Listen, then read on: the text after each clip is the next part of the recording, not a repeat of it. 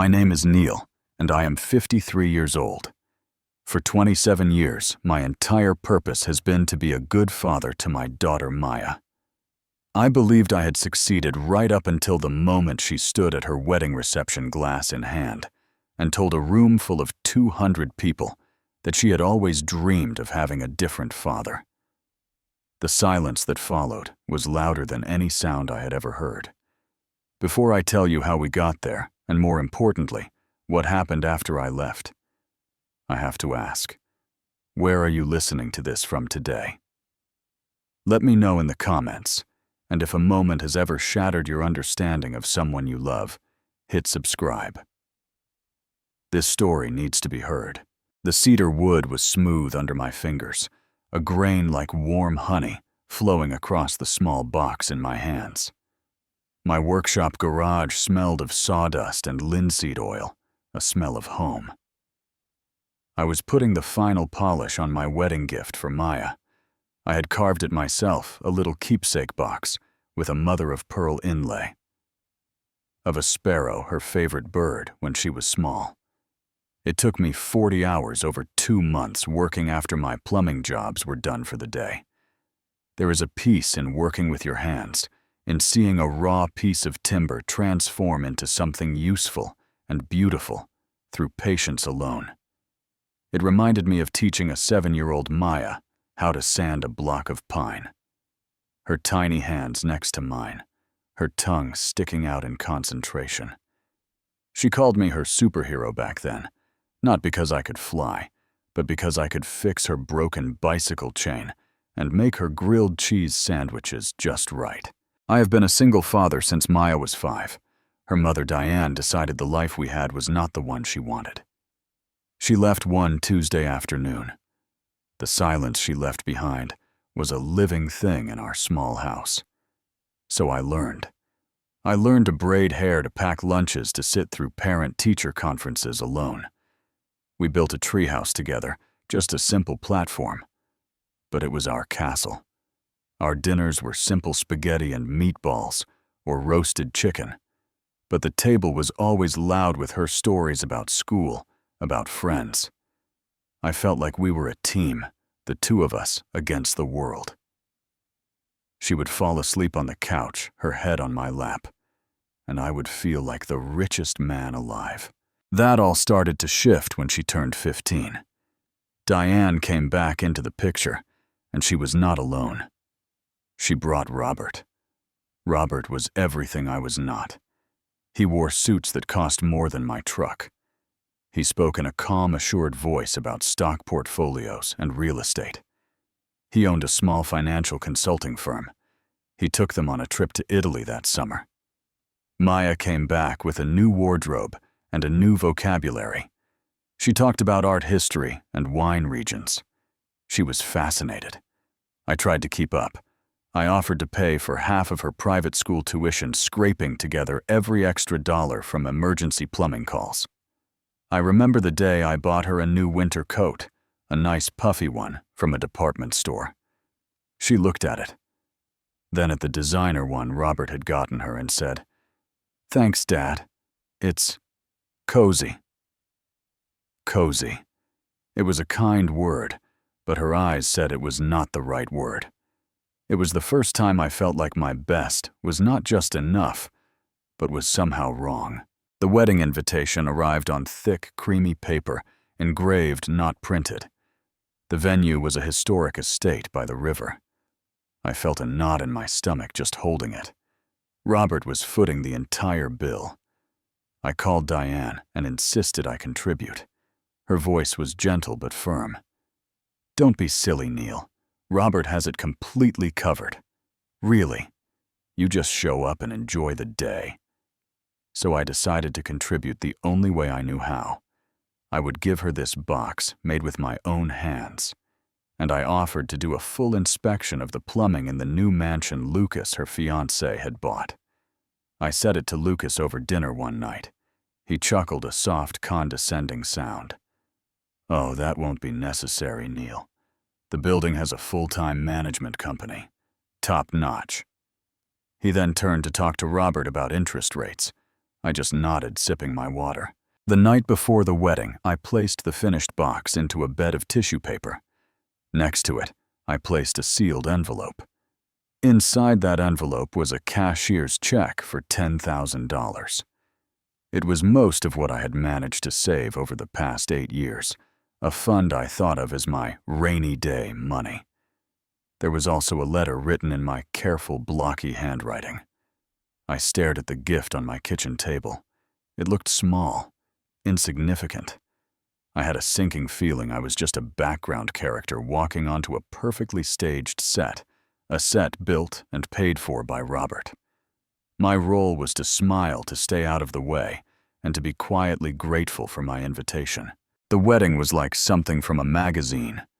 White tents with thousands of tiny lights, flowers everywhere, that must have cost a fortune. I stood there in my rented tuxedo, the collar itching my neck. I felt like an imposter.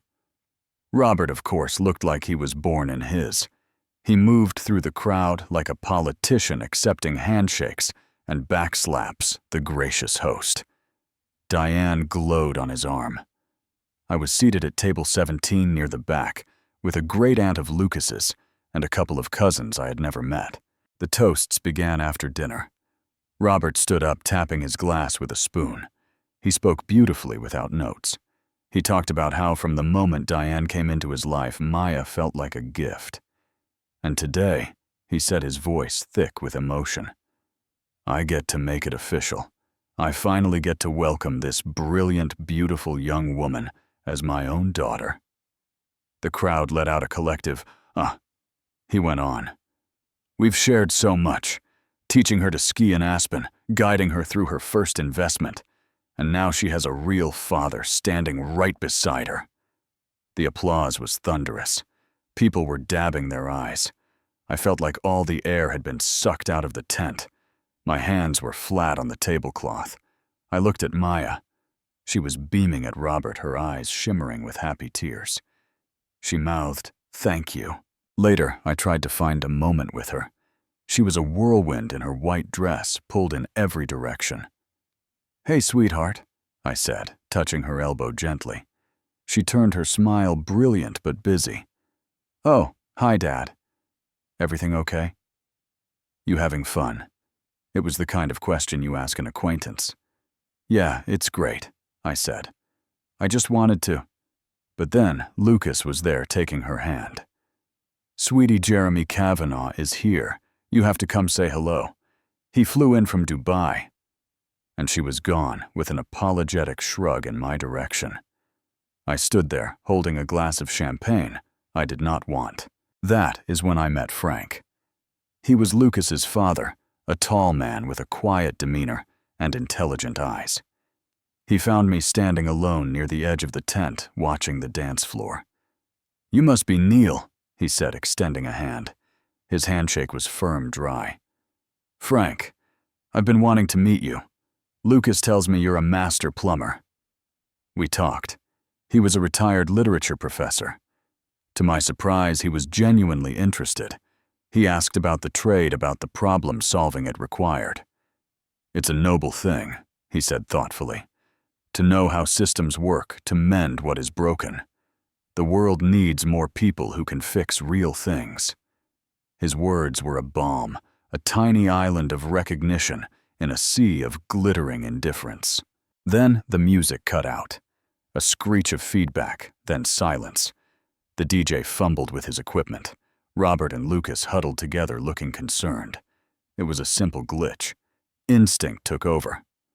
I walked to the back of the DJ booth, spotted a loose RCA cable that had been kicked out of its socket. I pushed it back in. The music swelled back to life.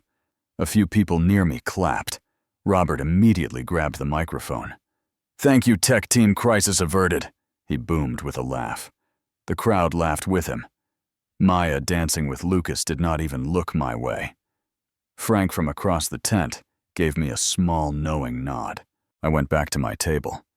I looked at the gift table where my simple cedar box sat next to towering, elegantly wrapped packages. It looked lonely.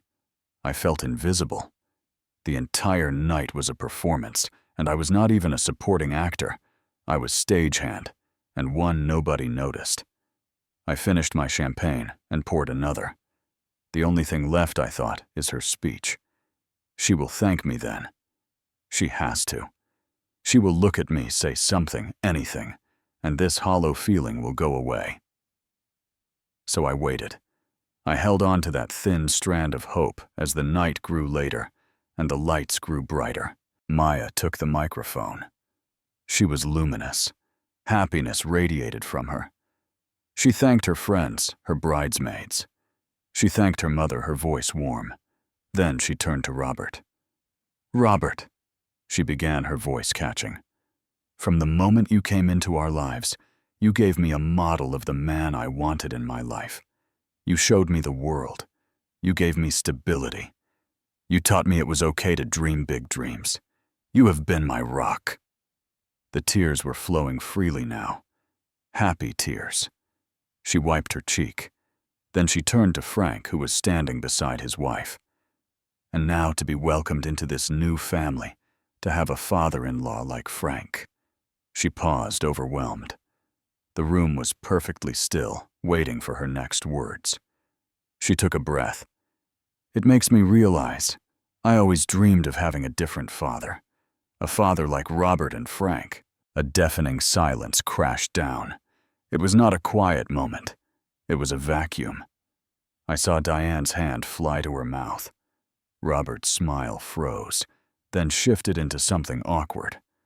Frank looked down at his shoes, his face a mask of profound discomfort. Then, from the groom's side of the tent, a few hesitant claps started. Followed by a few more, a confused ripple of applause meant to fill the terrible void her words had created. For me, time did not speed up or slow down. It simply stopped. The noise of the party, the lights, the faces, all of it receded into a distant, muffled hum. I did not feel anger. I did not feel a sharp pain. What I felt was a vast, cold emptiness, like stepping into a warehouse I thought was full, only to find it swept, utterly clean. Her words were not a knife in the dark. They were the final audit, the official report confirming a bankruptcy I had been trying to ignore for a decade. In the story of Maya's life, the one she was telling herself and everyone in this room, I was not the hero. I was not even the flawed protagonist. I was an error, a typo in the first draft that she had finally gotten the courage to correct. I moved without conscious thought. My body stood up from the chair. The motion was calm, deliberate. I did not push my chair back. I simply stood. I did not look at my empty glass. I did not look at Diane's horrified face or Robert's confused frown. I turned and began to walk. My path took me across the edge of the dance floor, through the clusters of tables. People parted. I saw their faces a blur of shock and pity and morbid curiosity. My eyes met Maya's for one single suspended second. Her brilliant joy had vanished, replaced by dawning horror, the realization of what she had just said, landing on her like a physical weight. But the understanding of what I was about to do had not reached her yet. There was just confusion in her eyes. Then I passed her. I walked out of the main tent, into the cooler, darker air of the garden, past the twinkling lights strung in the trees. I walked to my old truck, got in, and drove away. I did not look in the rearview mirror. In my mind, I could see the scene behind me, the perfect wedding shattered, her happiness fractured, and the long, painful silence after the door had closed behind me. I drove home on empty streets. The world outside the truck window was a tunnel of dark and streetlight. I felt numb. When I got home, I did not turn on the lights. I walked to the kitchen, unknotted my bow tie, and let it drop on the counter. I shrugged off the tuxedo jacket and hung it over a chair. Then I just sat at my kitchen table in the dark in my suspenders and dress shirt. I waited for the pain to hit. It did not come. Instead, there was a strange, quiet stillness, a finality. The phone started ringing around midnight. First, it was Diane. The screen lit up the dark room. I let it go to voicemail. Her message was sharp, furious. "Neil, how could you? How could you just walk out and ruin her day like this? Do you have any idea what you've done? Call me back right now." Delete. Then Robert. His message was measured, patronizing. "Neil, it's Robert. Look, I know that was awkward, but you're being very selfish. This is Maya's day. You need to turn around, come back, and be the bigger man. Don't let your pride damage your relationship with your daughter." Delete. Then around 1 in the morning, Maya. Her voice was broken, hiccuping with sobs. "Dad, Daddy, please. I'm so sorry. I didn't mean it like that. Please pick up. Please come back. I need you." I listened to that one 3 times. Then I turned the phone off completely. The next morning, I did not go to the shop. I drove to the bank. I walked up to the teller, a young woman who knew me from cashing checks. "I need to put a stop payment on a cashier's check." I said, my voice even. I gave her the details. The $10,000 went back into my savings account. It felt like taking back a piece of myself I had almost given away to a lost cause. When I got home, I went into the garage. I looked at my workbench at the tools hanging in their places. I took down a set of plans I had bought years ago and never started for a wooden kayak, a stitch and glue design. I cleared a large space on the floor. I began. The meticulous, demanding work of measuring marine plywood, of cutting precise pieces, was a meditation. It required all of my focus. There was no room in my head for wedding tents or heartbreaking toasts. There was only the line of the cut, the smell of the epoxy, the promise of a vessel that could float. A week later, there was a knock on my front door. I was sanding a hull seam. I wiped my hands and answered. It was Frank. He stood on my porch, looking out of place in his crisp khakis and polo shirt. "Neil," he said. "May I come in?" I stepped aside. He did not sit. "I came to apologize," he said, "for my part in that spectacle. And for Maya. She is devastated. Truly." I nodded, silent. He continued, "I told her after you left that she had made a catastrophic error. I told her that a man who builds things with his hands, who stands by his principles in silence, is the father a person should dream of having." His words were kind, but they felt like a eulogy. "She wants to see you. She needs to explain." I looked at him, this good, decent man who had been thrust into our drama. "Thank you, Frank," I said.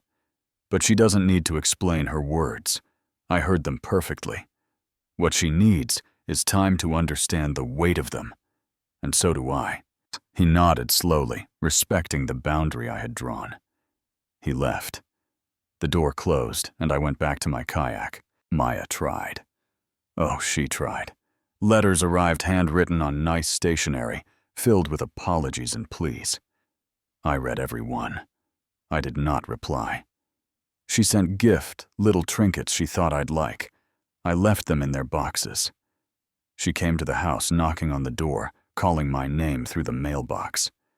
I did not answer. I was not punishing her. That is not what this was. This was the establishment of a new, painful geography. For 27 years, I had been a constant, forgiving presence, a shore she could always wash up on. Now, I was moving the shoreline. Respect, I had learned, is not a default setting for a parent. It is a currency earned, and she had just spent hers, but all in one go. She needed to learn what it felt like to be on the outside of my silence. 3 months passed. The kayak skeleton was taking shape in my garage. My life had settled into a new, quieter rhythm. Work the kayak, simple meals. The phone rang one evening. It was Lucas. He never called me. His voice was tight with panic. "Neil, it's Lucas. We have a major problem. A pipe burst in the utility room. There's water everywhere. The management company can't get anyone here for hours. Robert's out of town. I don't know what to do." There was a real fear in his voice, the fear of a man who knows the price of everything, but the value of nothing when it breaks. I listened. I felt no schadenfreude, just a professional assessment. "What have you done so far?" I asked. "We turned off the water at the little valve under the sink," he said, unsure. "That's not the main," I said. "I'll be there in 40 minutes. I arrived in my work truck, my toolbox in hand. The grand foyer of their house was a shallow lake, ruining the expensive rug. Maya stood on the stairs, her face pale, holding a bucket uselessly. Lucas was waiting in socked feet, looking lost. They both stared at me as I walked in a plumber, coming to fix a mess. I did not say hello. I asked Lucas to show me the main water shutoff. He did not know where it was. I found it in the basement, a poorly labeled valve. I shut it. The spraying sound from the utility room stopped. Then I went to work. I located the burst pipe, a cheap fitting that had failed on a hot water line. It was in a tight spot, installed by someone in a hurry. I worked methodically, cutting out the bad section, sweating on a new coupling. The silence in the house was heavy, broken only by the sound of my torch and the drip of water. It took me 2 hours. Lucas hovered, offering me a towel, a drink. I declined. Maya just watched from the doorway, her arms wrapped around herself. When I was done testing the joint and confirming it was dry, I began packing my tools. Lucas went to get a mop from the garage. It was just Maya and me in the damp, ruined room. "Dad," she whispered. The word was ragged. I'm so sorry. For everything. The wedding. What I said. And now this." She started to cry again, but these were not the performative tears of a happy bride. These were the deep, shuddering sobs of someone who was drowning in regret. I straightened up and looked at her. For the first time since the wedding, I spoke to her directly. My voice was quiet, tired, but clear. "Maya, I am not angry that you wanted a different father. I am sad that for so many years, you could not see the father who was right in front of you trying his best. I am a plumber. I fix leaks. I mend breaks. But I cannot fix something someone does not believe is broken." I zipped up my toolbox. My eyes went to a high shelf in the room above the water line. There sat the cedar box I had made its surface darkened with water spots. I pointed to it. "That box," I said. "Cedar wood. It expands and contracts with moisture. It can get wet." I looked back at her, my gaze steady. "But it will never rot, and it will outlast anything made of plastic in this house." I picked up my toolbox, walked past her out of their beautiful damaged home, and drove away. After I left, Maya stood in the damp silence for a long time. Then she climbed onto a stool and took the cedar box down from the shelf. She dried it carefully with a soft cloth, the water stains leaving faint shadows on the honey-colored wood. She remembered the envelope. She had never opened it. In the chaos of the wedding and the bitter aftermath, it had been forgotten. She went to her desk, rummaged in a drawer, and found it. The seal was still intact. She sat on the edge of her bed and opened it. The cashier's check fluttered out. She stared at the amount, $10,000. Her breath caught. Then she unfolded the letter. My handwriting filled the page. "My dearest Maya, if you are reading this, it means you are married.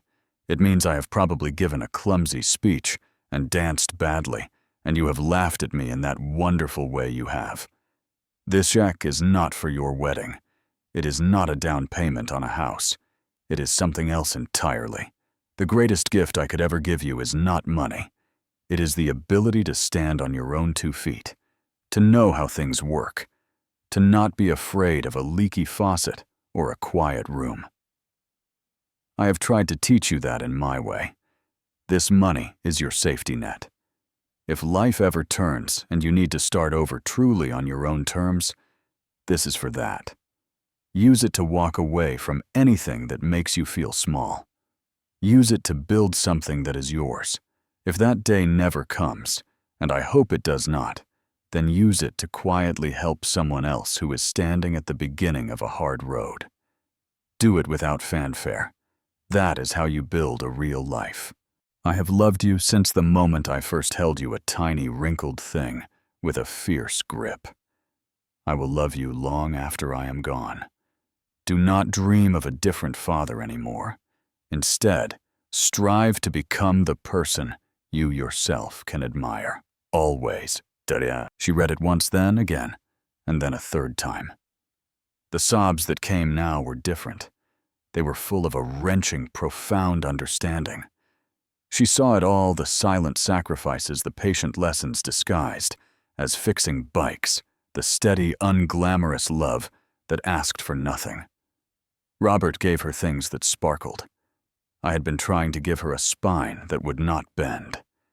She looked around the master bedroom with its designer furniture and the view of the manicured lawn. She thought about the burst pipe, the hidden flaw in the beautiful house. She looked at the simple, solid box in her hands, still beautiful despite its scars. The metaphor was almost too perfect, and it finally broke through. She did not call me that night. The next day, she went online and enrolled in a community college night course, Personal Finance Fundamentals. Robert had always handled her money. She started small. She learned how to unclog the sink disposal using the wrench I had given her for her first apartment, a tool she had never taken out of the drawer. She began to mend the tears in her world, one small practical fix at a time.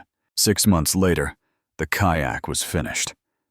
A sleek 16-foot craft of pale plywood and fiberglass, varnished to a deep amber glow. It sat on sawhorses in my garage, ready for the water. I had gone back to work, but with a new detachment. I started volunteering one afternoon a week at a youth vocational program, showing teenagers how to solder pipe and read a blueprint. It felt good. One Saturday afternoon, I was organizing my tool wall when I heard a car pull up. I did not pay it much mind. Then there was a knock on the garage side door. I opened it. It was Maya. She was alone. She wore old jeans and a faded sweatshirt, her hair in a simple ponytail. No makeup. She looked younger. She looked real. She held no gift, no flowers. She just stood there, her hands in her pockets. "Hi, Dad," she said. "Hi, Maya," I replied. She scuffed her shoe on the concrete step. "The faucet in my kitchen sink has a slow drip. It's driving me crazy. I tried tightening it, but I think the washer's gone." She took a breath, meeting my eyes. "I was wondering, could you show me how to fix it?" I looked at her for a long moment. I saw the hope there, and the fear, and the hard-won humility. I stepped back from the doorway. "Come on in," I said. "The washers are in the third drawer." We spent the next hour in my garage with the parts laid out on the workbench. I showed her how to shut off the water under the sink, how to disassemble the faucet handle, how to identify the worn rubber washer and replace it. My instructions were patient, clear. Her movements were careful, attentive. There were no grand apologies spoken, no dramatic reconciliations. There was just the quiet, focused work of repairing something that was broken. The language we spoke was the language of tools and tasks, and it was the most honest conversation we had had in years. When we were done testing the faucet and finding it dry, we wiped our hands on rags. She looked at the kayak shining under the garage lights. "You built that?" she asked, awe in her voice. "I did," I said. "It's beautiful." We stood in a comfortable silence for a minute. Then she said softly, "I finally understood the box, what it meant." She paused. "And I donated that money to the scholarship fund for the trade school downtown." I just nodded. A feeling of deep, quiet peace settled over me. It was not the happiness of before. It was something sturdier, something that could get wet but would not rot. What did I learn through all of this? I learned that sometimes the deepest love is not about being the hero in someone's story. It is about having the strength to let them face the consequences of their own disregard.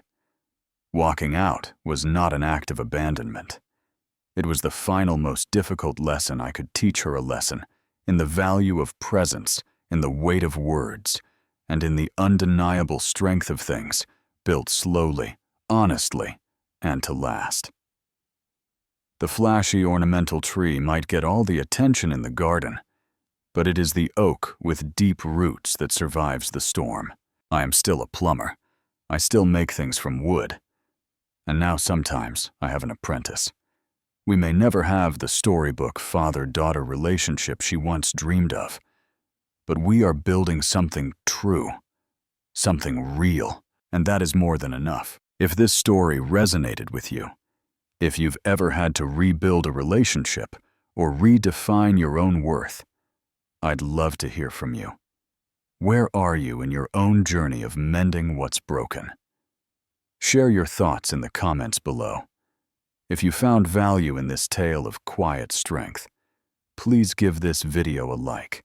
It lets me know these stories matter. Subscribe to the channel for more journeys into the real, often unspoken heart of life. And if you know someone who might need to hear this message today, please share it with them. Thank you for listening and for being part of this community. May you find the strength to build something true in your own life.